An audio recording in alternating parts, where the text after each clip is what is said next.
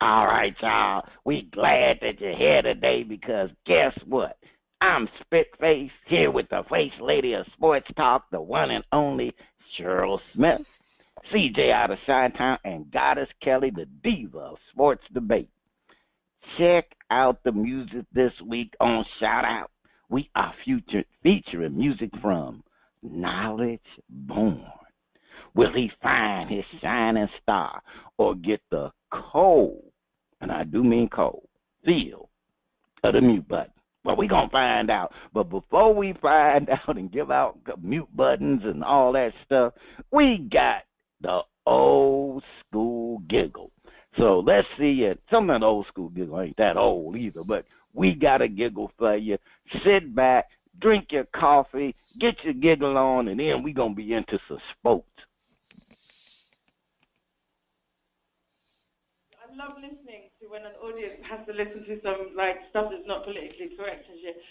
But you see, sometimes people take it too far. Like a friend of mine, she takes political correctness too far. She's had a baby, right? So the baby had like all some stuff around his mouth, and she wanted to wipe it away. So she said to me, "Can you pass the muslin, please?" And then she went, "Oh, you're not allowed to say that anymore, are you?" I said, why not? She said, "Because it sounds like Muslim." This is what she's thinking, that because it sounds like, I said, babe, you are still allowed to say the word Muslim. That is not going to bring a jihad crashing down on your head. Like, what do you think, should we do? Like, so as not to cause offense, like, mime it instead. Like, I was talking to ever such a nice, like, this isn't better. I think the least politically correct thing I ever saw. I was on a bus. You know, we had the 7/7 bombings. There was some terrorist bombings. So the guys had their bombs in a rucksack. So after that, everyone was a little bit jumpy around brown people with bags. So it's all right, we all did it.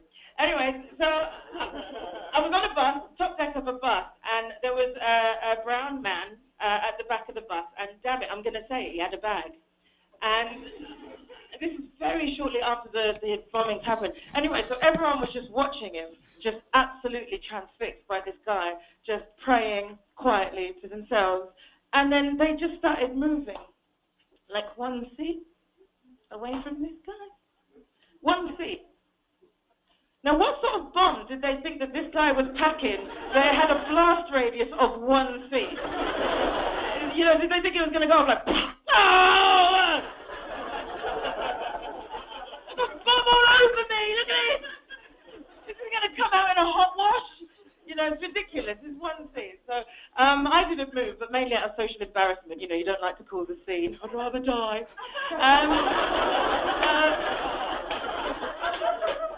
So anyways, but I was looking from the back of the bus, from the front of the bus, looking at the back, seeing this whole thing going on. And the guy, you know, like when you out of the corner of your eye, you start to become aware that there's movement. He just realized people were moving, and he looked up and he saw that people cleared this huge space around him. And this is all he did. It was beautiful. He just looked around him, just looked at everyone, looked at me. He just went, kaboom! I love that man. I love that man. I'm not going to lie. A little bit of pee came out. It's a shock, isn't it? It's a shock in these situations.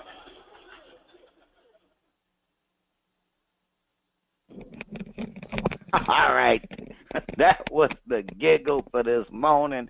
We checked the globe. We are not limited, and CJ is having some kind of technical difficulty, but she's working it out so that she can get on, and those high-paid technicians will do something here. But in the meantime, I think it's time to turn it over for what you saying. Each week we try to figure out what is going on in the sports world, not the plays of the week, more like the players of the week. Are they trying to tell us something? So we ask, what you saying? Fly, little birdie, fly. Time keeps on slipping into the future. Time keeps on slipping, slipping, slipping into the future. So I want to fly like an eagle to the sea. Fly like an eagle, let the spirit carry me. I want to fly right into the future. The little birdies known as the Miami Dolphins wish they could fly far, far away from the recent non-contact injury that has their starting quarterback, Ryan Tannehill, flapping his wings to a year of injury reserve. The Dolphins may easily be the best team other than the Patriots in the East, given the Jets and the Buffalo are doing significant rebuilding. Should the Dolphins explore the possibility of bringing in Jay Cutler, who had one of his best seasons playing under the tutelage of Adam Gase? If the Dolphins don't grab Cutler, should they make the play for Colin Kaepernick? Zazulu, Wang Mingwan, Christine Gerard, and the Steve Miller Band are asking, what you saying? Oh, my goodness. Jay Cutler. Jay Cutler? Jay Cutler? Oh, I mean, did someone say Jay Cutler? I'd rather see Tony Romo come out of retirement and play for the Dolphins than Jay Nonchalant, I don't give a damn Cutler. Oh, my gosh. Come on. The last time we saw Jay Cutler, his wife was posting naked pictures of him looking like the Pillsbury Doughboy. Ronnie, do you know how I feel about Jay Cutler? I don't like Jay Cutler. And I know Adam Gase has a relationship with Jay Cutler, and he had one of his best seasons with Adam Gase as the offensive coordinator in Chicago. But Cutler has shown nothing as a quarterback for the past several years. I mean, really, do they really expect Jay Cutler to come out of retirement? Is he better than Colin Kaepernick? Is he actually better than Matt Moore, who is the current Dolphins backup quarterback? If I'm the Dolphins brass, this is what I would do. I would bump Matt Moore up to the starting quarterback because you know what? Matt Moore is not that bad. To be honest with you, I don't see any difference between Matt Moore and Ryan Tannehill, to be honest with you. We in Miami, we know what Matt Moore can do. He's not a bad quarterback. Matter of fact, he has a better arm than Ryan Tannehill because Ryan Tannehill, he throws a lot of short passes. Matt Moore can at least air it out. So I would put him as a starting quarterback, and I would definitely sign Colin Kaepernick as the backup. Now, Cuban Americans, I understand that Kaepernick wore the T-shirt with Fidel Castro on it, and I know how Cubans feel about Fidel Castro. However, Kaepernick is misinformed. This should not be a reason for the Dolphins not to sign him. It should, not affect their bottom line if the Dolphins sign him. Because you want to know something? I don't even think the Dolphins have a high percentage of season ticket holders that are Cuban. Typically, Cubans, they support basketball, baseball, and soccer. So to me, I don't know if signing Kaepernick will affect the business. Nobody will know until someone signs him, but it seems like nobody wants to sign him. To me, it's so crazy how Colin Kaepernick has not done anything illegal but use his First Amendment right of the United States Constitution, and he is being blackballed. When known murderers, let me say it again, there are known murderers, woman beaters, dog fighters, and drug users have gotten a second chance in the NFL. It's unbelievable. Anyway, but I know we're talking about the Dolphins. They really need to sign Colin Kaepernick as the backup and forget about Jay Cutler. Please forget about Jay Cutler. Goddess Kelli, I know I said a mouthful, but what do you think about the situation? Well, first of all, I know Jay Cutler is a terrible, terrible quarterback, but I freaking adore Jay Cutler. He's and his you know he's a bad quarterback, but you adore him. Okay, yes. let's hear this rationale. All right. Jay Cutler to me is like the anti-Aaron Rodgers, and I love me some Aaron Rodgers as well. But the two of them, they have just got ice in their eyes. The only difference is Aaron Rodgers is actually good at his job, whereas Jay Cutler sucks. But Jay Cutler is just such a fun figure to make fun of, such a fun figure of satire. To me, he is just the epitome of existential ennui, and I freaking adore him for it. And he looks like a little puppy dog, and I just want to hug him and make him feel all better about life, because I think he needs some love in his life, and he just looks so sad all the time. So I just love seeing his face around. But that being said, he is a terrible, terrible quarterback, and Colin Kaepernick is not a terrible quarterback. We have had so many discussions on my other show regarding the Colin Kaepernick situation and the fact that nobody wants to touch him now.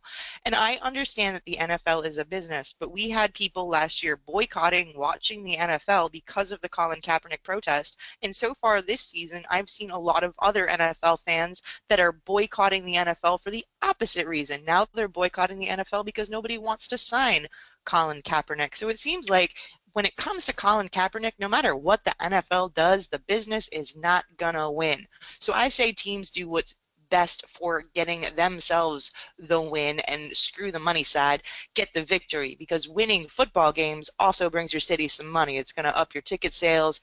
You get lots more money when you get yourself to the playoffs, that kind of thing. So if Colin Kaepernick is the best available to get you there, screw what everybody says, screw all of the political side of it, all of the other issues that go along with it, and do what's best for winning games. And Jay Cutler doesn't win games. As much as I adore seeing him in the NFL with his cute little puppy dog eyes, Colin Kaepernick is a much better quarterback. But I also want to say my heart just goes out to Ryan Tannehill. It seems like this guy has been cursed from the get out. He can't stay healthy. He was the most sacked quarterback in the league a few years ago. That offensive line has done him no favors. The Dolphins have done him no favors. I think the Dolphins need to worry a little bit less about who's under center and start worrying about getting some big guys up front to protect whoever their future investment is at quarterback, whether it be Jay Cutler, Colin Kaepernick, or someone else. If they draft somebody next year, they need to get whoever that guy is protected. That should be their biggest concern, because until they shore up that offensive line, whoever they have at quarterback is just an injury waiting to happen, like poor Ryan Tannehill. That kid was such a potential talent, and it's just been completely wasted on a team that didn't appreciate him. So my heart goes out to Ryan Tannehill. I wish him a speedy recovery. Maybe he should think about going into something other than being a quarterback, save his health so he can be around for his family. Jay Cutler, I want to look at your pretty blue eyes, and I want to think about hugging your cute little puppy dog face, but you know what? You still suck. And Colin Kaepernick, I supported you from the get out, and I still support you. So I hope you do find a job in the NFL, and if you don't, you're still a voice for the people, and there are a lot of people that do look up to you. So keep fighting the good fight. Goddess Kelly, you know, you almost want to make me puke when you're talking about Jay Cutler, but anyway. Pretty blue eyes. Come on now. Some pictures, I just have an vision of him in that naked pictures that his wife posted on, I think it was on Instagram. But anyway, well, you know, the thing about Ryan Tannehill, let me tell you something. Ryan Tannehill should have had the surgery last year when he injured his knee. His knee was unstable, and, you know, they decided not to have the surgery, and they figured that he would have rest. And what happens? Due to a non-contact injury, he has the same problem with the same knee. I mean, can you imagine if he was in contact? I mean, so now they're still debating whether or not they're going to have surgery on him again. It's unbelievable. I mean, to me, it's mismanagement of the Dolphins medical team. They should have made Ryan Tannehill have that surgery. And maybe if he had the surgery last season, he would have been rehabbing and would have been able to come back stronger.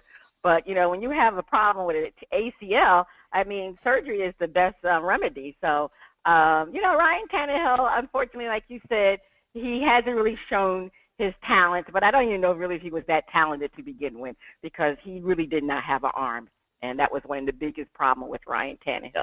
So anyway, Spitface, what do you want to weigh on this situation? We may have the technology working with CJ. CJ. Get your face off them ribs, girl. It's too early in the morning. You need a pork chop.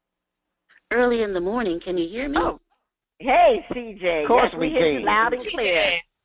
Yeah, if you take that rib out your mouth, we can hear you fine. Oh, no, it's not a rib. And she got some biscuits. Ribs and biscuits. I don't know. I might have to go to CJ's. She got ribs and biscuits. Now, you know, CJ's from Chicago, so I know she's stumbling over those Jay Cutler's words. I know she doesn't have the same affectionate about Jay Cutler the way Goddess Kelly does. What do you say about Jay Cutler, CJ? You know what I said last time about Jay Cutler. but I'm going to make it short and brief. If he can find someone to pay him $13 million to play again, so be it. He has a little kid. He needs to make out for them. That's wonderful. However, when it comes to colon, I'm on the side of September 10th, Soldier Field, stand up for colon. It's not fair in America, as far as I'm concerned, that Americans can still be slighted for employment, age, sexism, any of these, and they are qualified for the position. It seems that in order to make America great again, we seem to have a problem with what is right and what's wrong. And what's right is seeming to go back to the 1940s instead of what's right, what happened just 8 years ago. And until American football, the greatest game ever, can come to rest with that, we're going to keep having problems, not just on the field, but in our society. And we're all humans. And to stand up for something that was humanly, a human behavior, and to be doused for it. What are we sending the message to our young people? That if you stand up for what you believe in, you won't work anymore? These are things that I think are being swept under the rug. We're not talking about them. We're not tweeting about that. And I think that that's what really hurts me, is that he has to be compared to Cutler, of all people, in order to get a job. He has to be the worst of the worst to be able to work, and he's the best of the best. He's proven himself. It's sad. It's very a sad commentary for me. I wasn't happy about hearing that. No, not at all. And he's retired? So you're going to go back and get somebody else who's retired to come and play a viable sport that you are applying for a job? No, I'm sorry. This Chi-Town girl is September 10th, Soldier Field. It should be all over the country. Everybody should be standing up for this man and not allowing this same, oh, let's just go along with what, let's just get along attitude for 2017. Let's make America great again. All right. We got the commentary from CJ. That's the political side of CJ. All right. I just want to say, props. That was very well stated. Yes. Yes. All right. Back over to you. I only have one problem. What's your problem?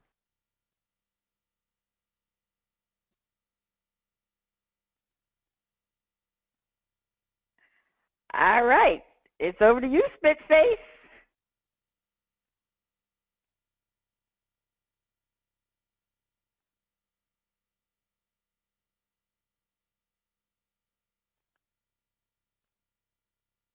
First Lady? Well, let's move on. Something happened to Spitface.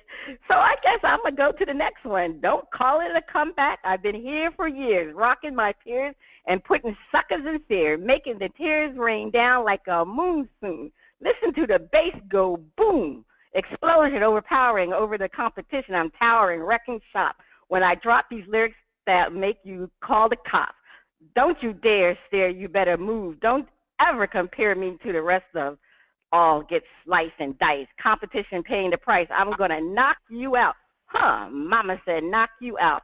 Huh, we are not talking about Luce Augusta, Holy Mangold, Gambambi, Sanyaya Chanu. Again, these names are putting me in this state of mind. We are talking about the knockout punch the Clippers landed on Doc Rivers by relieving him of being the president of basketball operations. Doc is staying as coach, but is this a sign on the wall warning Doc to get it done this year, or it's off to work in the West Wing? Should Doc be blamed for building a roster with Chris Paul and Blake Griffin that could have them pass the second round in the playoffs? Should the Knicks start licking their chops at the prospect of free up Doc Rivers and getting him to take over an organization that has ran about as good as the White House? If Doc comes to New York, can he heal the oak tree and welcome him back to the family? Beatrice Perron, Rosmaris Valar, Anna Norma. Anyway, I can't say these names. These names are too unbelievable. Are asking what you saying. All right, what are they saying? Goddess, I'm gonna go to you first. What do you think about this situation with Doc Rivers? Well, I mean, honestly, if he couldn't get better results with both Chris Paul and Blake Griffin, he shouldn't be there because those are two of the more talented guys. I mean, granted, there is so much competition in basketball right now that just having two talents on that level, and you know what, they are getting a little older, I'll give them that, they got some age on them, but still, there's still a lot of gas left in the tank. But to not get it done, to not be able to build a better team around those two, to not be able to pull in some better talent when they are one of the better teams in the East, yeah, he should have been let go. They should have been able to do a little bit more, in my opinion. That being said, the New York Knicks are such a bad and poorly run organization, the worst owner in the history of basketball with James Dolan, that they could really use all the help they could get. So if they could get Doc Rivers, if James Dolan can, get his head out of his butt long enough to let somebody else take control of the reins, they're not going to get any worse. So why not? The Knicks are trying to rebuild, and I think Doc Rivers would be able to help them because, you know what, like I said, they can't get any worse. They do have some assets to be able to trade around. They've got some money when it comes to salary cap and stuff like that. So give the guy a chance over there because, yeah. All right. CJ, what's your feeling about this situation with Doc Rivers? You think he should be scared? You think he's on the hot seat? I think that if you have to do two jobs, you do two jobs. No one else has done two jobs and made as less money as you did. And then you go down and you do one job, and then Cutler gets paid more than you do. I would be looking for another team myself. Maybe on the hush-hush. But come on. You're going to pay him $10 million. He's at least working.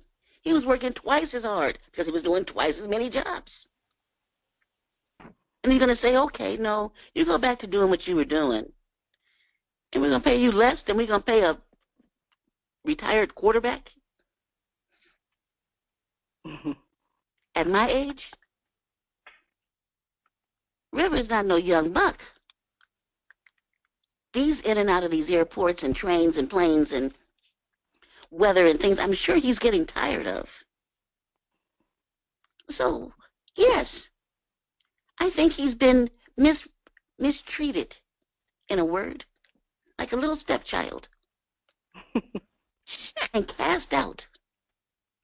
And now you want him to bring you a championship? I might sleep on that one. Well, you know what? This is actually. I was looking at. Oh. We were having some technical difficulties earlier. I'm not sure what the problem was, but I'm gonna speak on two things right quick. First off, the Jay Cutler bashing. Now, all I gotta say is that I didn't say, if I just said this and didn't say a name, 2,782 completions, 61.9%, 208 touchdowns. We need to get him on our team. He could at least be a fill-in space for 1 year, especially since he only asked him for $2 million. So you could get him on the cheap. The other part is, hey, look, Kaepernick, you stood up, you did your thing, but I ain't feeling sympathy because a rich, did I say rich, athlete took a stand for something, and now he's going to have to deal with the consequences. Man up, man up. Anytime you stand up for something, you got to deal with something. Mandela stood up, and they said, okay, well, look, you're going to stand, we're going to throw your butt behind. Now, that's some real deal. The fact that he may be out the lead, his career, wham. Put on your big boy's pants. When you stand up for something, it may cost you a career. But don't, now I do say this. Kaepernick has not been whining. He has not.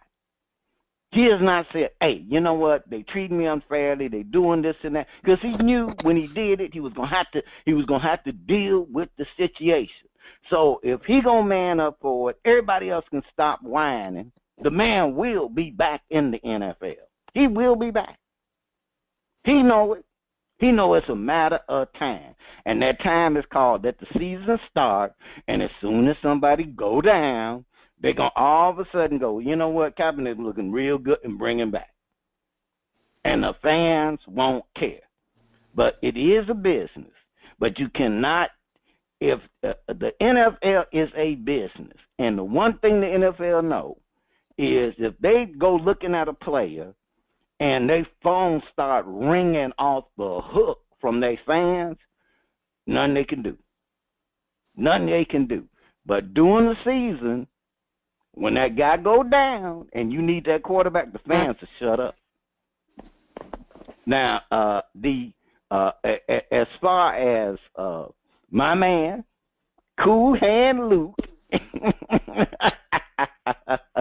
with the Clippers, I'm just saying, Doc, that was not a good move, bringing in your own son. That's that West Wing stuff. You gonna bring in your own. See, they call that nepotism. You bringing in your own. That was not a good deal. You know what? You see how that's working out for that other guy. Not a good deal.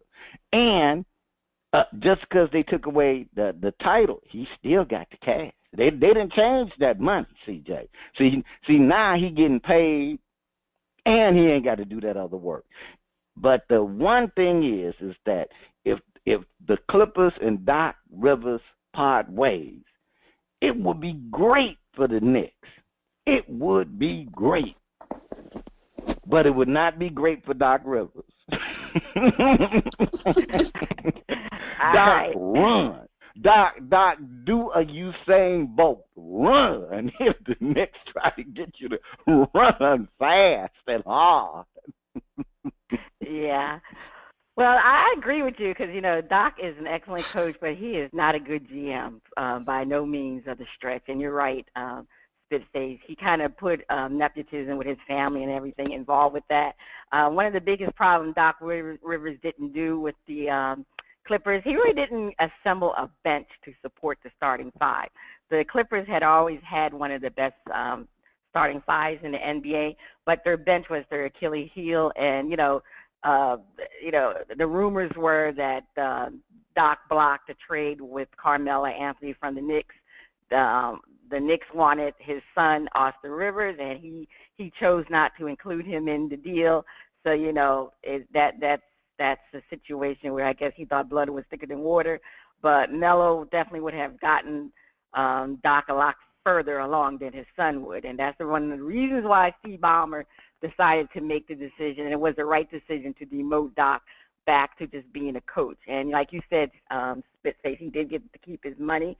Now, I'm in the disagreement with... I know you got a lot of cross commentary, but we ain't got time for that. You got to take it. Oh, well, wait a minute. I just wanted to say I disagree with you and God is Kelly. The Knicks should not get Doc Rivers as a coach. Doc does better with a veteran team than he does with a young team. So anyway, I'll move on.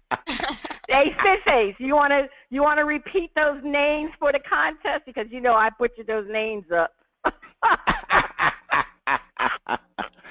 Luz Acosta, Holly Mango, and Ngamba Sania Chanu.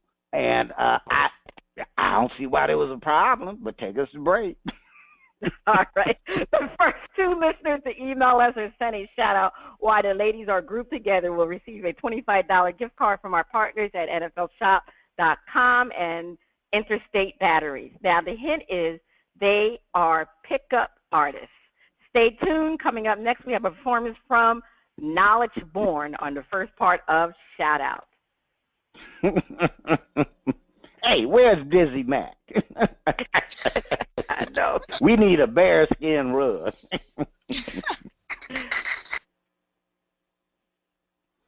The music flows in from around the globe to get a shout out from the panel. First Lady, I can't wait to hear the music from Knowledge Born out of Miami, Florida. Oh, shout out. We feature new independent artists who are looking to find their shining star. If we like what we hear, we'll give a track a shout out. If we don't like it, we hit the mute. Well, like you said, Spitface, we have the artist featured on today's shout out, and the name is Knowledge Born. And DJ, let's hear Hands on You. I like to see you move your body, your body. I like it when you groove, hypnotic, hypnotic. I like to see you move your body, your body. I like it when you groove, hypnotic, hypnotic, hypnotic, hypnotic, hypnotic. I'm not a preacher, just trying to meet you. God forgive me for what I really wanna do. I wanna put my hands on you. The side of mine, it's such a body. I can't take it. I think I'm about to lose my cool. I wanna put my hands on you. I just wanna get to know you better. I just met you. I can bet you. I can be the way you want, the way you dream about it. She's done by it. All you got it. Can I come inside? Let me come inside. Cause a ride. Keep it quiet. Why keep it quiet? I'm still in your vibe. No pride, no lie. Why hide? Let's take a ride. Beat this fly away. In the middle of time. Let me see you ride to a pilot. I'm not a preacher. Just trying to make you. God forgive me for what I really wanna do. I wanna put my hands on you. The side of mine, you're such a high. I can't take it. I think I'm about to lose my cool. I wanna put my hands on you. Yeah, you already know what I wanna do. I've been watching you, I've been flying through. Work my way right behind you, move up in your ear, whispering by rendezvous. And you know how I would tell. You got it going on, but your heart is hell. Shaking that big bacteria, then put your hands up in the air now. Let's rock and roll and let OCC drop it low. Your body, girl, lose control, but you know how the story goes. Oh, I'm not a preacher, just trying to meet you. God forgive me for what I really wanna do. I wanna put my hands on you. The side of mine, it's such a high. I can't take it. I think I'm about to lose my cool. I wanna put my hands on you. Yeah, you know a little something like this.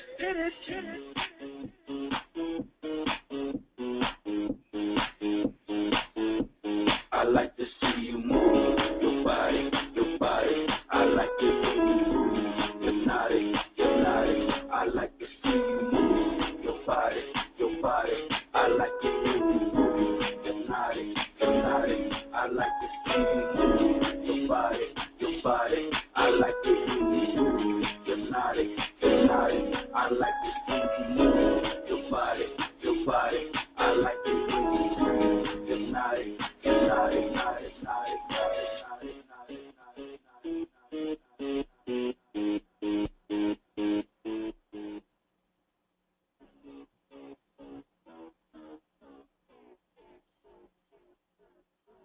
Okay, that's Knowledge Born with Hands on You. Let's go to the panel and see what they think about the song. All right, Goddess Kelly, are you feeling it? You shouting it out, or you hit the mute button? Is it hot in here or is it that guy's voice? Because I feel a little flush right now. And you know what? He said he wanted to see me move my body, and that track had me moving my body. I was Mhm. dancing along with that one. And yeah, I want to see a picture of this guy. He sounded sexy. I am giving that a shout out. And you know what? You can give me a shout out, Knowledge Born.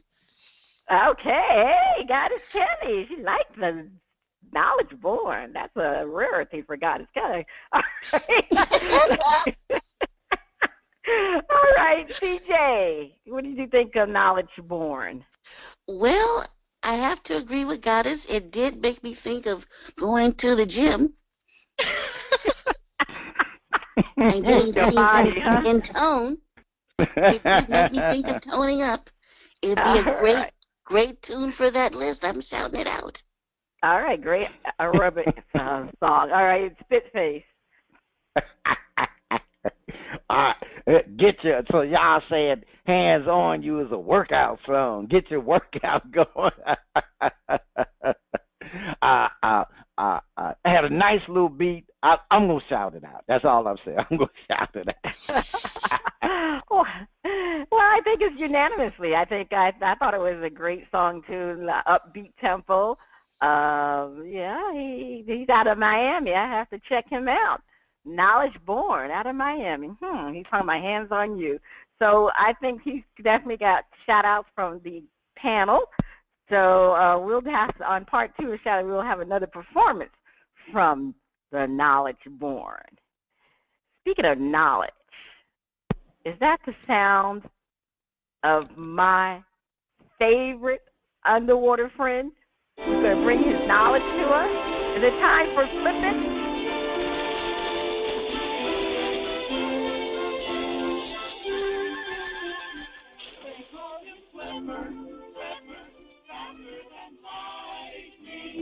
No one you see is smarter than he. And we know Flipper lives in a world full of wonder, lying there under the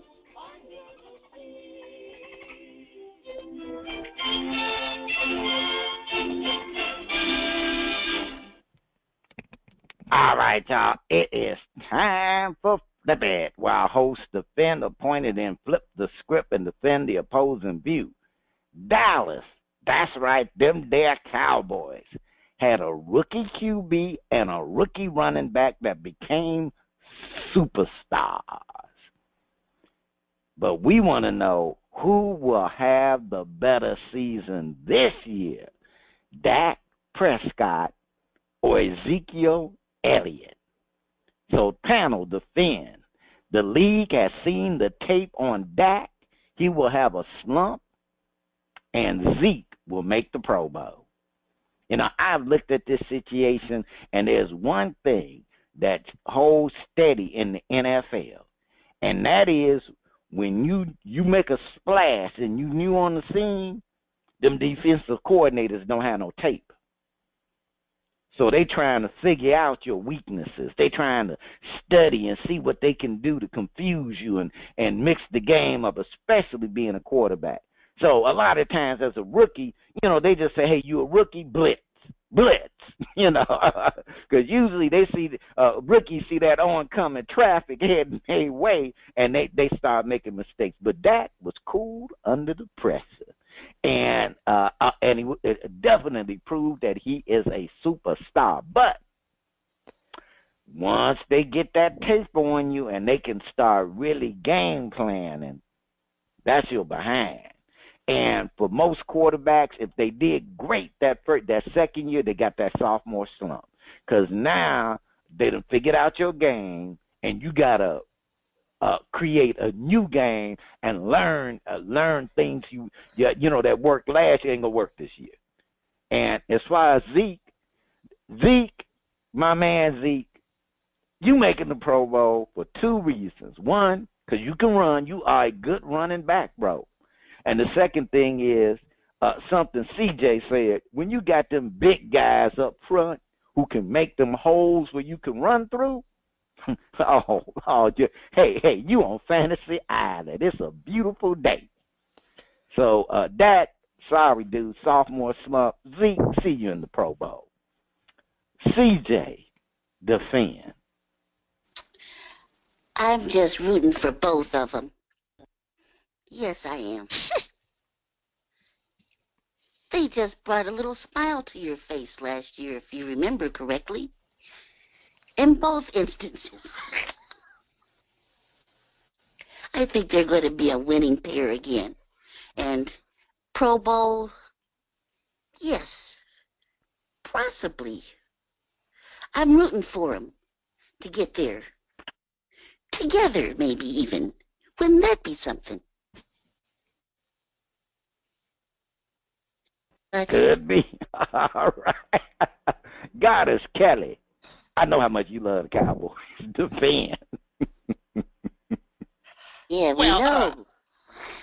I am an Eagles fan through and through. I got the tattoo, and I hate the fact that you're calling on me to defend anybody on the Cowboys. But that being said, Dak Prescott was a fluke. He was the product of people not expecting him, not knowing what was going to happen when he got thrust into that starting position last year. And yeah, Zeke, I hate to say it, but he is the real deal. Kid can run. But you know what? I think a lot of that has to do with the fact that he did have a rookie quarterback, and I think that Dak is going to be leaning on him even harder because I think Dak is going to get the feel of the sack this year, and once Dak gets the sack a few times, he's going to lose his confidence, and he's going to be relying on the power of Ezekiel Elliott to get the job done for him. So I think we are going to see Zeke have an excellent rushing year. I think that the Cowboys, their defense is going to fall apart, so no, they're not going to go to the playoffs, but I do think we will see Zeke and his little half-shirt abs in the Pro Bowl. All right. Half shirt abs. First lady, defend. Zach will not be the same player he was last year because teams, as you said, now have video on him, and they will be able to play to his weakness. I mean, and there will be added pressure for Zach to do well because he did so well last year. And now that Tony Romo is not there, will Zach be motivated knowing that he has the job? There's so many factors against Zach to do well. The Cowboys will have a tougher schedule, and their defense is still not up to par.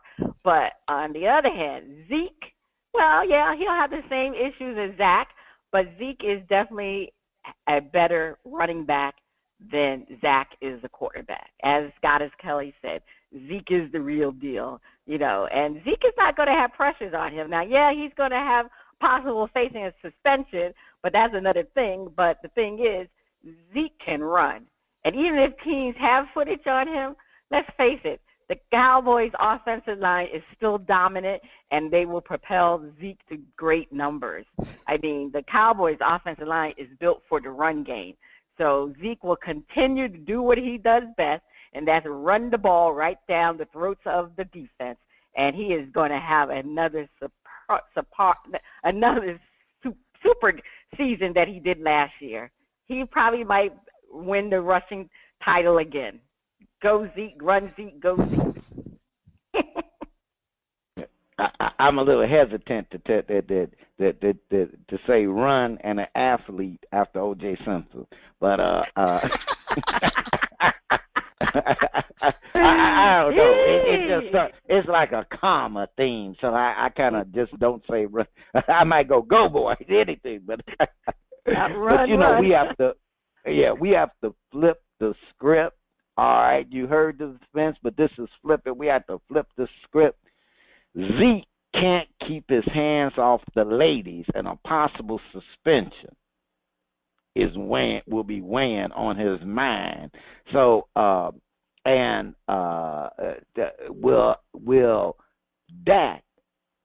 have Dak being the man with a great year. So Zeke, sophomore slump, Dak, Pro Bowl, defend. Now, when looking at the situation with Zeke and Dak, now, one of the things is for the quarterbacks, especially quarterbacks, they get that after you done finally played a while. The defensive coordinators can now game plan for you. But see, the defense is facing the Cowboys. They got to do double. It's like pick your poison.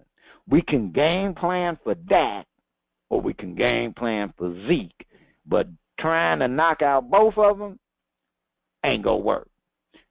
What's going to happen this year is they're going to say the strength of the Cowboys is not their passing game, it's their running game.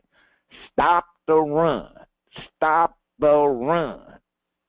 So Zeke is going to be seeing some 6-man and 8-man and all of that to slow him down, which is going to open up passing lanes for Dak, screen passes for Dak.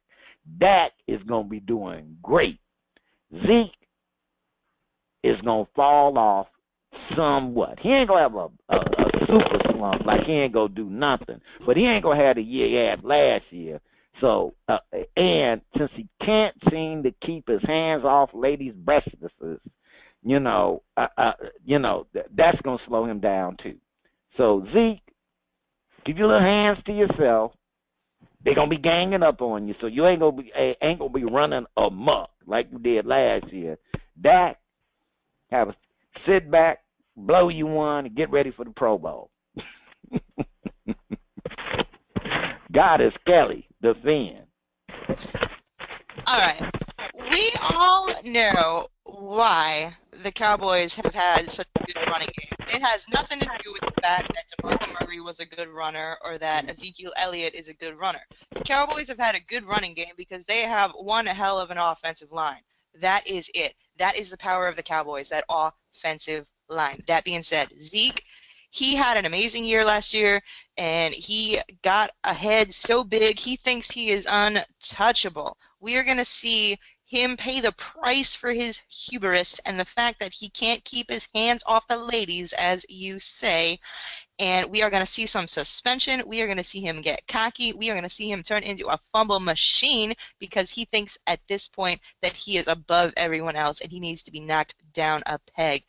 Now, the Cowboys, of course, they play in the NFC East. And as much as I love my Eagles, we have one weakness, and that is our secondary. There's also some weakness in a lot of the other secondaries that the Cowboys will be facing this season with their schedule.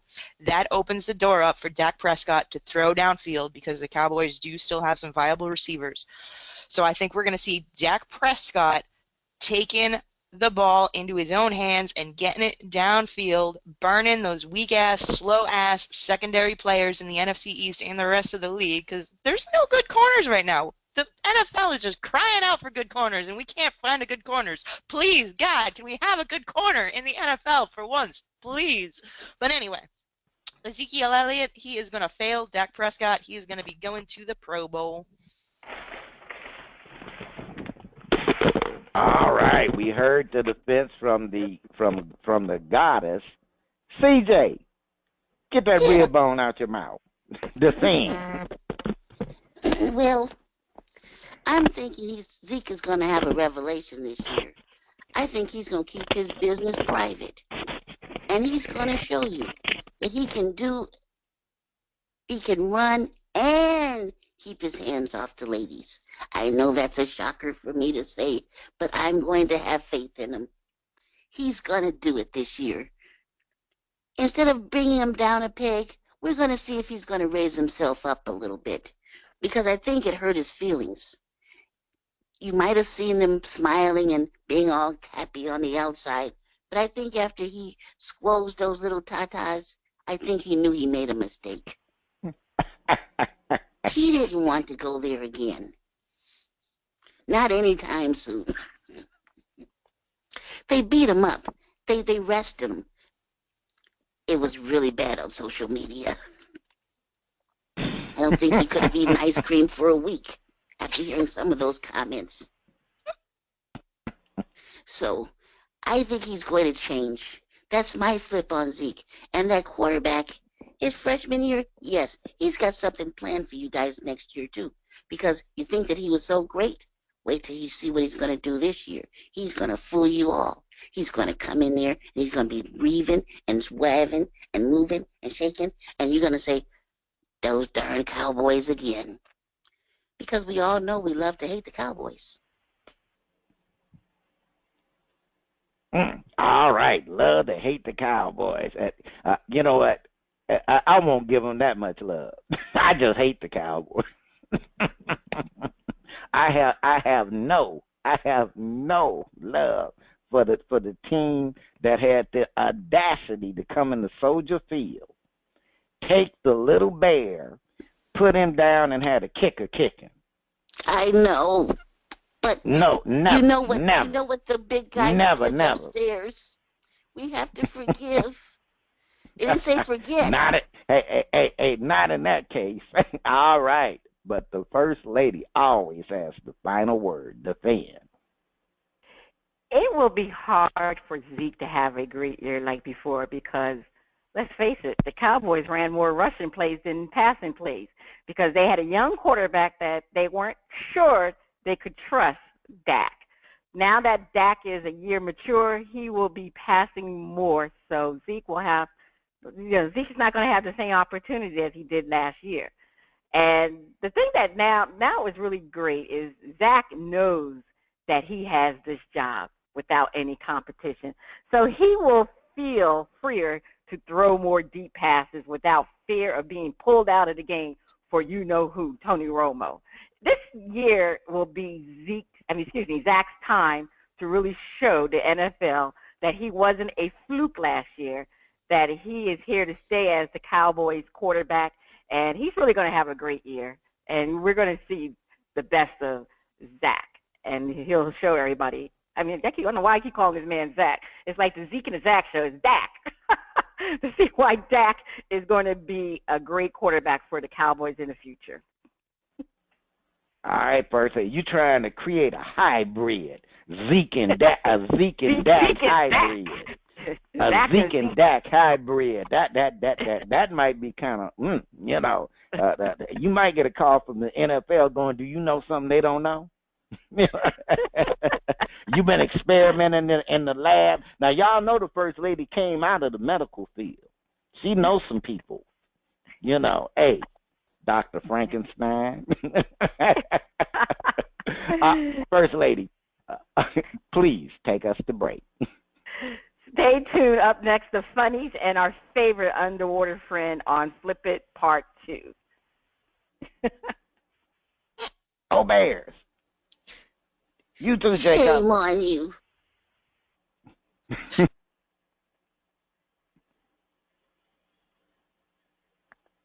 Welcome back. You are still listening to Bras, Panties, and Sports. It's time for the funnies. Spitface, take it away. All right.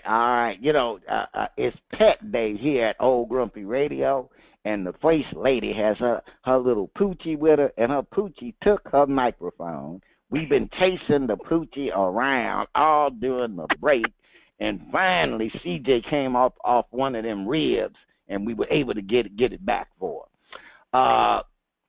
First Lady, CJ, Goddess, I might have something a little interesting for you. The production assistants. Man arrested for driving with 2 stolen lampposts on car. What? A Dutch man was arrested after police spotted him driving with a pair of stolen lampposts on top of his car. Leystand police shared a photo of a small hatchback vehicle carrying the 2 long concrete poles on the side of a brick road. Police pulled over the driver, traveling to Leystand from Almere, and found he was guilty of several violations, including improperly transporting the likely stolen lamppost. Quote, we start with the traffic violation. That the cargo should not be transported in this way must be clear. In addition, the car was not insured, and the APK expired for more than 3 months, police said. Police also found that the driver appeared to be under the influence of alcohol, but he refused to comply to a breathalyzer test. Quote, it is expected that justice would demand the highest possible penalty for driving under the influence of alcohol because the defendant did not cooperate with the investigation.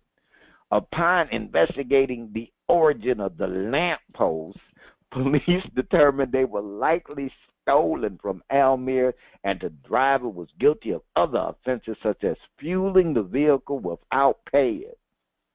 The driver was ultimately taken into custody and the vehicle was confiscated by the police.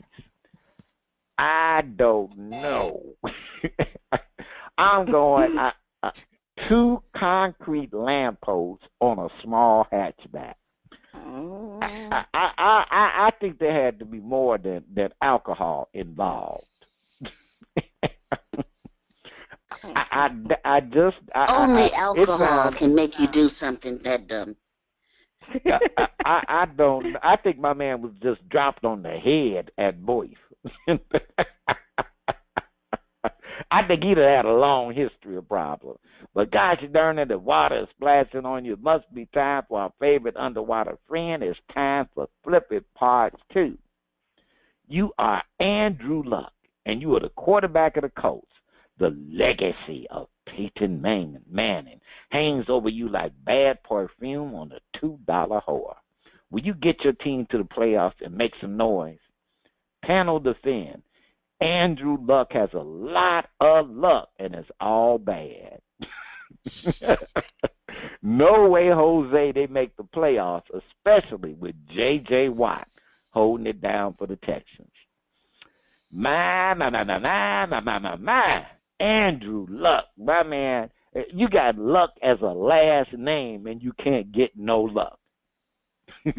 I mean, he has got to be the most the only. I don't know if there's any quarterback more unlucky than Luck. You get drafted to a team that had all-world quarterback Peyton Manning. I mean, so you got to step into those shoes, and he got a Lombardi trophy for the team, and you got to step into that. And the team itself ain't the team that Peyton Manning had. Because Peyton Manning had a team that had linemen that protected. We done talked about them big boys a lot today. We ain't been talking about all the high styling and profiling. We've been talking about the big boys all day today for some reason. But Luck has not been lucky enough that the GM, the coach, and the owner are not building him a line. So, Lucky Luck, you just unlucky. And J.J. Watt and Jadeveon Clowney and them boys, I don't see y'all winning that division. And if y'all don't win that division, y'all ain't making the playoffs. Because not when you got them other divisions who got teams, doing it with the do it fluid, like the Waiters, them wacky Waiters. So, Lucky Luck, you're out of luck. No way, Jose. You and the Colts make the playoffs.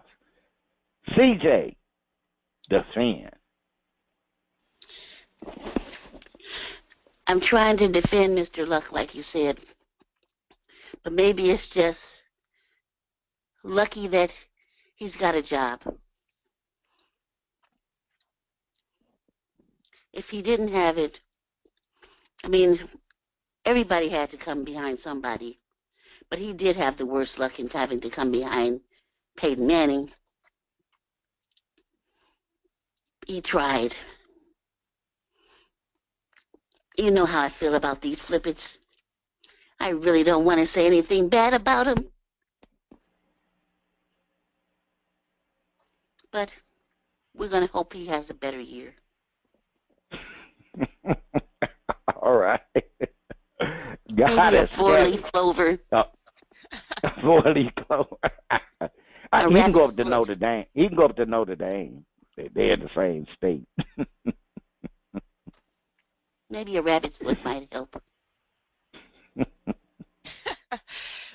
Yeah, Andrew, poor no luck. I mean, first of all, he had to step into a role by Peyton Manning, who a lot of people tout as one of the greatest quarterbacks of all time. And then the team has just done nothing. The Colts went from the superstars in the NFL to just fallen off completely. Nobody even talks about the Colts anymore. Are they even still in the league? Seriously, there is no way they're going to make it to the playoffs. That division just pretty much sucks anyway. But you know what? Defense wins championships, and with J.J. Watt on the Texans, ain't nobody coming out of there but the Texans. So sorry, Andrew Luck. Better luck next time. You know, you think you'd have a little luck. You got a horseshoe. First lady defend. I mean, Luck will have. I mean, well, he's just not going to have any luck. He keeps getting sacked because of the weak offensive line of the Colts. You know, the interesting thing is that Andrew Luck has a shoulder injury, and he may not be ready for the opening game because of his shoulder injury. The thing is, the Colts. I mean, like you said, Goddess, what can you say about the Colts? Nobody talks about the Colts. They don't have a chance. They got a situation with their quarterback that he might not be ready, and then to compound matters, they don't even have a strong backup quarterback. I mean, this is another team. I don't want to get on the Colin Kaepernick bandwagon again, but this is another team that could use Colin Kaepernick because guess who their backup quarterbacks are? Stephen Morris, Scott Tolzien, and Philip Walker. Now, you tell me that Colin Kaepernick could not be on this team? Really? I mean, really, it's a shame. But anyway, getting back to Andrew Luck, I mean, it's just a shame the way they have not protected this quarterback. I mean, he just has no chance of doing well when you have an offensive line that continues to allow him to be sacked, and that's the reason why he has his shoulder injury. And then to put on that, their defense is not that great either. I don't know which is weaker, their defense or the offensive line. So the Colts, the only chance they have making the playoffs is trying to secure a wild card slot because the Texans are definitely the class of the AFC South, which you said, Goddess Kelli, is not a strong division because basically all you have is the Texans. Everybody else is just fighting to survive in the division. So we'll see. But, you know, Andrew Luck, hey, he does definitely need some luck. All righty. Okay. All right. I will survive. Okay, but we're going to flip the script. Panel defend. It is time for Andrew Luck to get some luck, and this is lucky 7 for his career. Colts win the division, and Luck has a stellar year.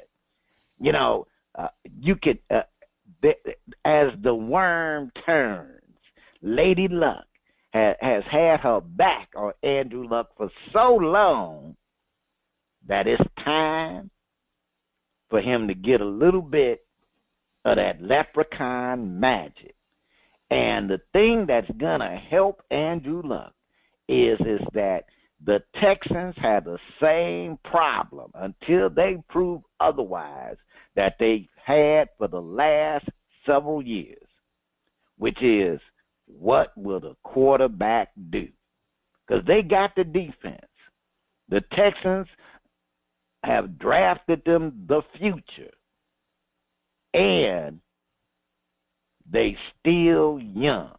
Now, the thing is, the quarterback, even though they had a great draft, even though they got Tom Savage, who definitely has to be any kind of upgrade over. Who was that guy? Brock, the guy with the candy franchise, or was that a different Brock?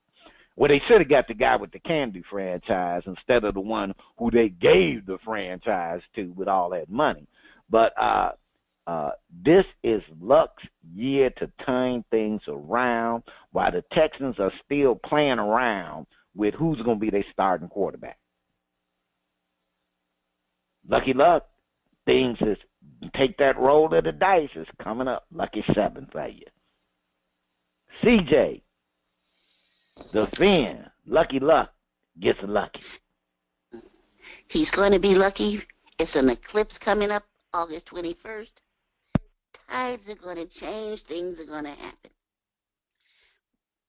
Rah, rah, sis, goomba for the luck. He's going to do it. People are going to get hurt. It's going to get cold. He's going to pull out some more wins, and they're going to be shocked. Until then, everybody's going to be saying, oh, I knew he could do it. He had it in him all along. It was just that curse of the 7 years, that's all. He's going to be a contender. You just watch and see. A contender, not a pretender. No, not a pretender. He's going to be a contender. Mm-hmm. All righty. Okay, Goddess Kelly. Rolling that dice. All right, you guys remember back a few years ago when Andrew Luck was the most sought-after quarterback in fantasy football? And it is because my dude has got an arm. He can throw. It's not his fault that the rest of the team around him has sucked for so many years. That being said, we have all said that we don't hear anything about the Colts. Nobody's talking about Indy at all. And while we are all talking about other teams, Indianapolis is slowly training these guys they got, quietly getting better, getting ready to take on the NFL. Andrew Luck still has so much talent in him. He just hasn't had the talent around him. And Indianapolis is quietly coming under the radar to get him the help that he needs. The rest of that division is so incredibly bad. The Texans, yeah, they got J.J. Watt. They have got one hell of a defense. But what the hell do they have on offense? They ain't got squat on offense.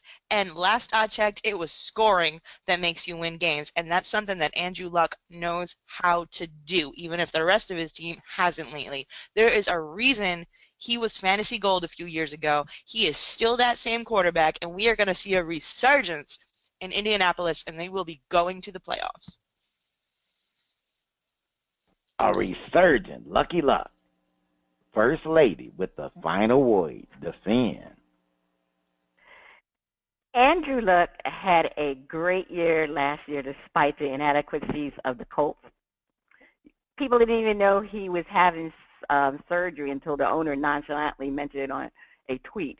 I mean, it's amazing how he performed last year.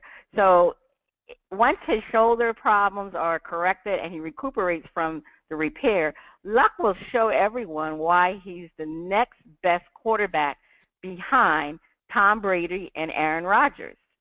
I mean, there is no question that Andrew Luck is one of the great young quarterbacks out there because, A, he knows how to come back from defeat. I mean, he's definitely a great passer when the team is behind. He's just as great as Tom Brady, bringing his team back. I mean, what more can you say about Luck? And the major thing, really, now that the GM, Ryan Griscom, is gone, the new GM will focus on rebuilding an offensive line that will give Luck some real protection. And I mean real protection instead of relying on luck. Because if he's not lucky, he's going to get hit again. And hopefully this year, Andrew Luck will be able to shine and be that great quarterback that everybody thought he was going to be. And you're right, Goddess Kelly, because I remember when everybody was trying to come in last place so they can select Andrew Luck because they thought he was the next Peyton Manning. Unfortunately, he just hasn't been able to get beyond the bad team of the Colts. But this year, it's all going to be about luck. So I expect Andrew Luck to have a great year once he comes back from the shoulder injury. Lucky Luck will get lucky. And especially if they get those big boys. I do know that Jerry Jones is going to the Hall of Fame. But recently, I would say his son should be heading to the Hall of Fame for being smart enough to say, build that offensive line. First Lady, take us to break. On the other side of the break, we'll have another performance from Knowledge Born out of Miami on Shout Out. Please stay tuned. You can tell she like Knowledge Born. She let her know that I know you're in Miami. You are still listening to Bras, Panties, and Sports. It's time for Shout Out Part 2. And, Goddess Kelli got some jambalaya. And the finale. The music flows from around the globe to get a shout out from the First Lady and the crew. First Lady, over to you. We have another performance from Knowledge Born. All right, let's hear Lady. Lady, you know you're turning me on. Loving the way you do your thing. Say, lady, you know you got it going on. Got a mind of your own, you're holding me down. You're the best of the best of the friends. You will tell me with me, I tell you, this be true. Lady, I am your Mr. Right. With the light of the light, shine on the be who you are. What's a little boy, go hard, years of being gone. Kept my distance, maybe just listen you be. When I feel mistaken, and holding you, I do you needed to be. Got your plus, realize the price of you. That means telling no lies about you. I'm a keep real from the door, better believe me, you know. I'm to grow, no right, just let it flow. When the rock the boat, work together, kiss it a little, yeah, rhythm, light the kittle, candlelight by the moonlight, move right. Lady, you know you're turning me on, loving the way you do your thing. Say, lady, you know you got it going on, got a mind of your own, you're holding me down. You're the best of the world, the best of friends. You will tell me with me, I tell you, this be true. Lady, I am your Mr. Right. With your light of my light, shine on the be who you are. I just want to soothe you, never see the moment. Hide the control. And baby, I'm up on it. Love the way you flow. A little tease ain't hurt nobody. Nobody knows that body go way you work that body. It's a mind, body, and soul that makes the whole to me, y'all. Come together, release the pressure, make the feeling. I wanna love you better. One breath, one breathing, never leaving, no reason. I'm making you pleasing. Gee, girl, enjoy the 4 seasons. You are the reason. Give her my life, mean. Lady, you know you're turning me on. Loving the way you do your thing. Say, lady, you know you got it going on. Got a mind of your own and you're holding me down. You're the best of the world, the best of the friends. You will tell me with me, I tell you, this be true. Lady, I am your Mr. Right. With your light of my life, shine on the be who you are.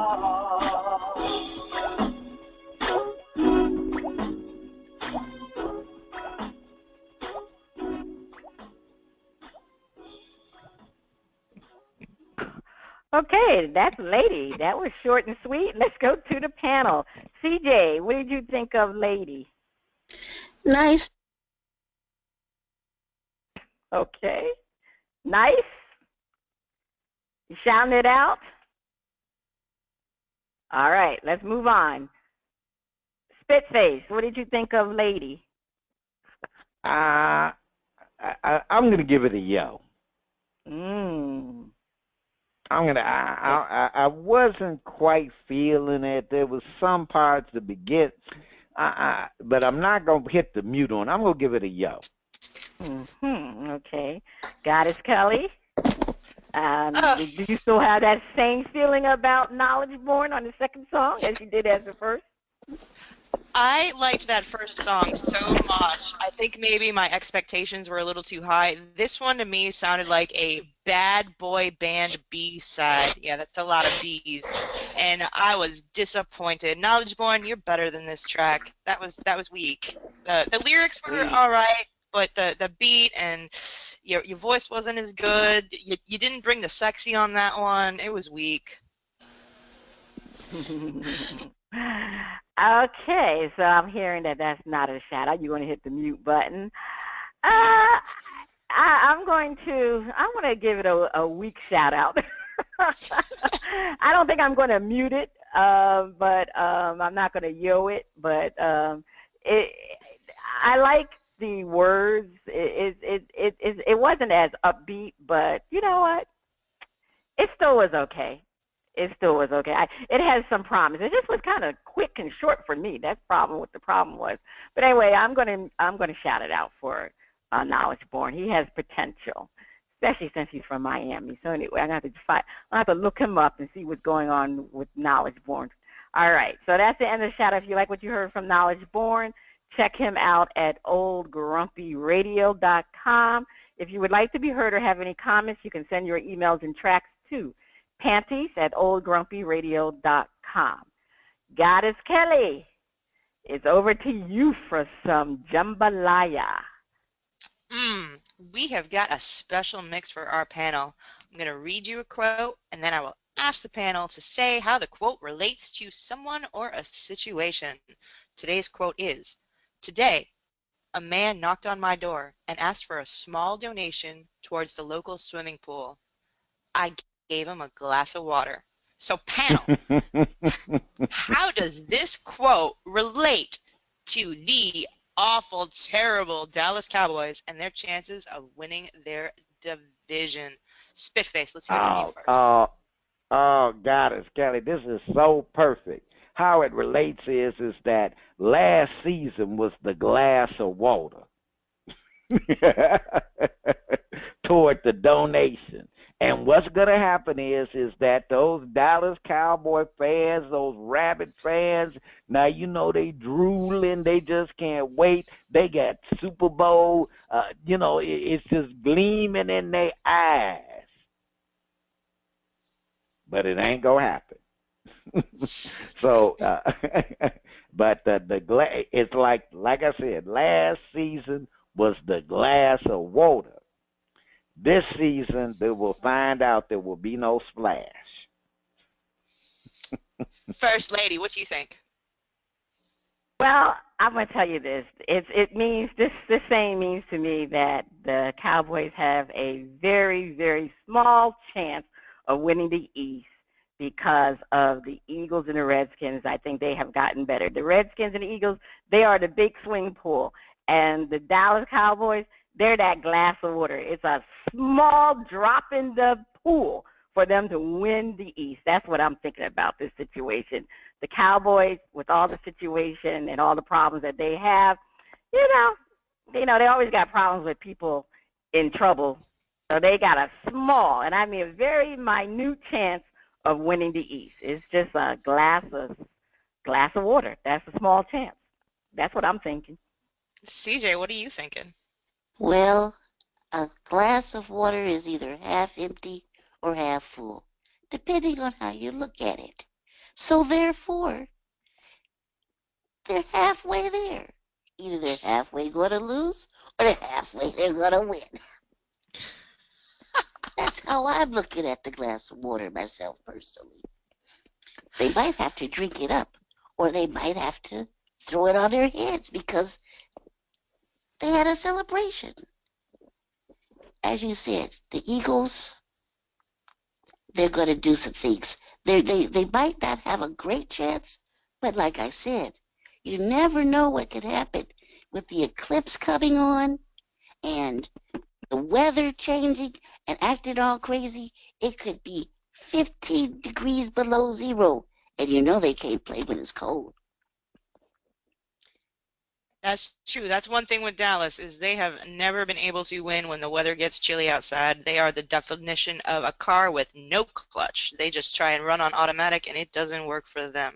Now, whenever anybody knocks on my door and asks for a donation, sometimes you just kind of give it to them to make them go away. That's what happened last year with the Dallas Cowboys. They got lucky in the draft. Jerry Jones did some draft magic and he got some good pickups. But now we know their number. And as much as I'm an Eagles fan, this year nobody's mentioned them yet, but you can't sleep on the New York Giants. They're the team I fear the most in the NFC East. I don't fear Dallas. I don't fear the Redskins. The Redskins are more messed up than the New York Knicks in their organization right now. The Eagles are the ones that are coming up in the NFC East. Last year, Dallas got their little glass of water. They had a good run, but it's over. And we are coming for you, Dallas, so look out for us. As we say in the beginning of the show, fly, Eagles, fly. And that jambalaya, it was delicious. But First Lady, back over to you. Okay, well, it's time for the panel to give their outrageous predictions for the week. CJ, what is your outrageous prediction? McGregor's going to have a nightmare and call off the fight.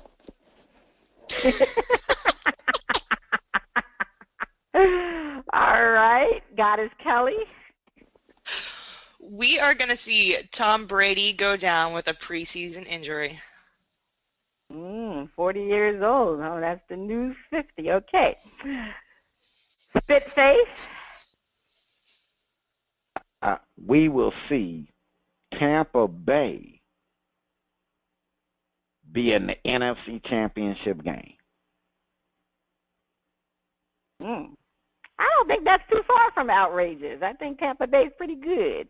Anyway, my outrageous prediction is someone is going to pick up Colin Kaepernick as a backup quarterback. That's my outrageous prediction. Okay. All right. We have a quote from a lady that's been a pioneer in women baseball writing. Her name is Claire Smith, and she was just recently received a prestigious J.G. Taylor Spink Award from the Baseball Hall of Fame. And when she was writing, she had a lot of issues. She faced a lot of discrimination, and this is a quote that she said when she accepted her award. I stand here on the stage on behalf of every person in my profession who has been stung by insidious gender discrimination or racism and continue.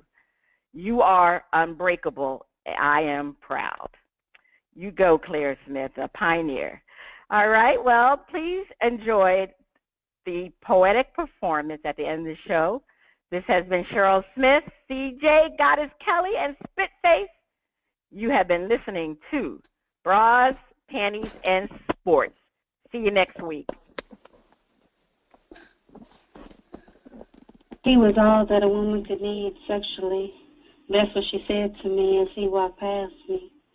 But for me, he stimulated me mentally as well as physically, teasing my body as well as my mind, causing everything to react as I was unable to keep track of the catastrophic feeling that would take me whenever he took me, but I couldn't get hooked.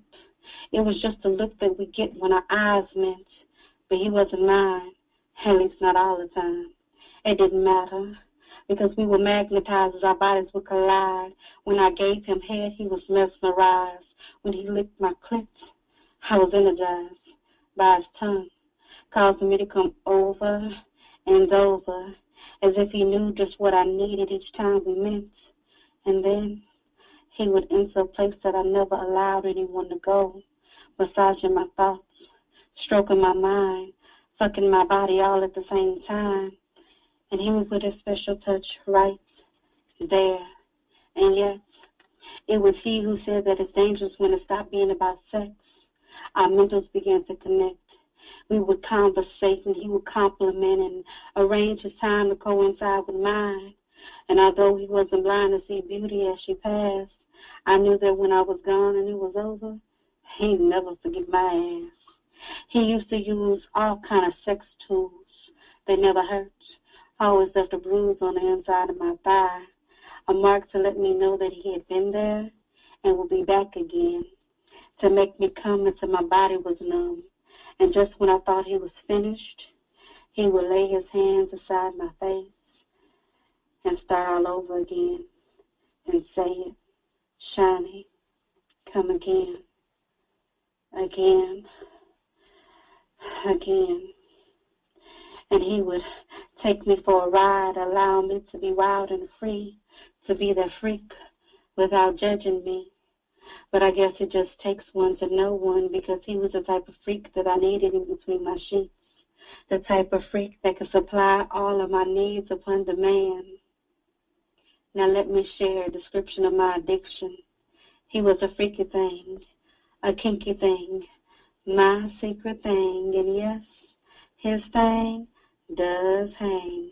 His thing and my thing are the words to my poetry, but he can't have that kind of hold over me. So let's just clear the disillusion that I will fall before he.